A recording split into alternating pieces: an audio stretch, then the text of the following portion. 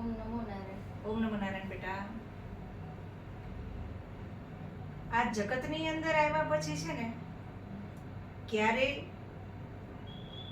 લોકોને ખુશ કરવાની કોશિશ નહીં કરવાની, કારણ કે આ જગત છે ને ક્યારેય કોઈનાથી ખુશ થતું નથી. અહીંયા પ્રભુ રામને પણ લોકોએ સંભળાવ્યું છે, અહીંયા માં જાનકીને પણ લોકોએ સંભળાવ્યું છે.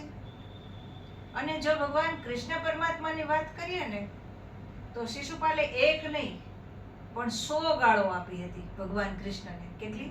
100 ગાળો આપી હતી. તો હંમેશા યાદ રાખવું કે આપણે આપણી જે ખૂબીઓ હોય ને એને જ ગોતવાની કોશિશ કરવી, કારણ કે ખામીઓ ગોતવા વાળા તો લોકો હોય જ છે.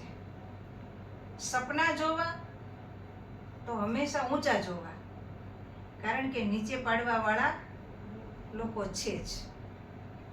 અને બીજું કે પગલાં ભરવા હોય ને તો હંમેશા આગળ જ ભરવા, કારણ કે નીચે દેખાડવા વાળા લોકો તો તૈયાર હોય ને હોય જ છે.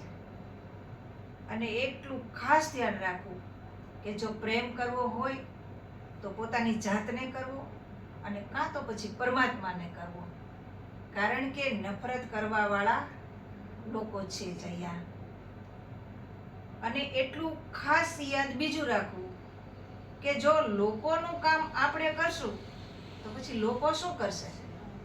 એટલે થોડું ઘણું જે કાંઈ છે એ બિચારા માટે રહેવા દેવું.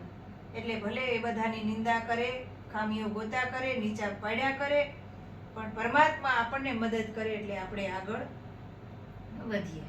ઓમ નમો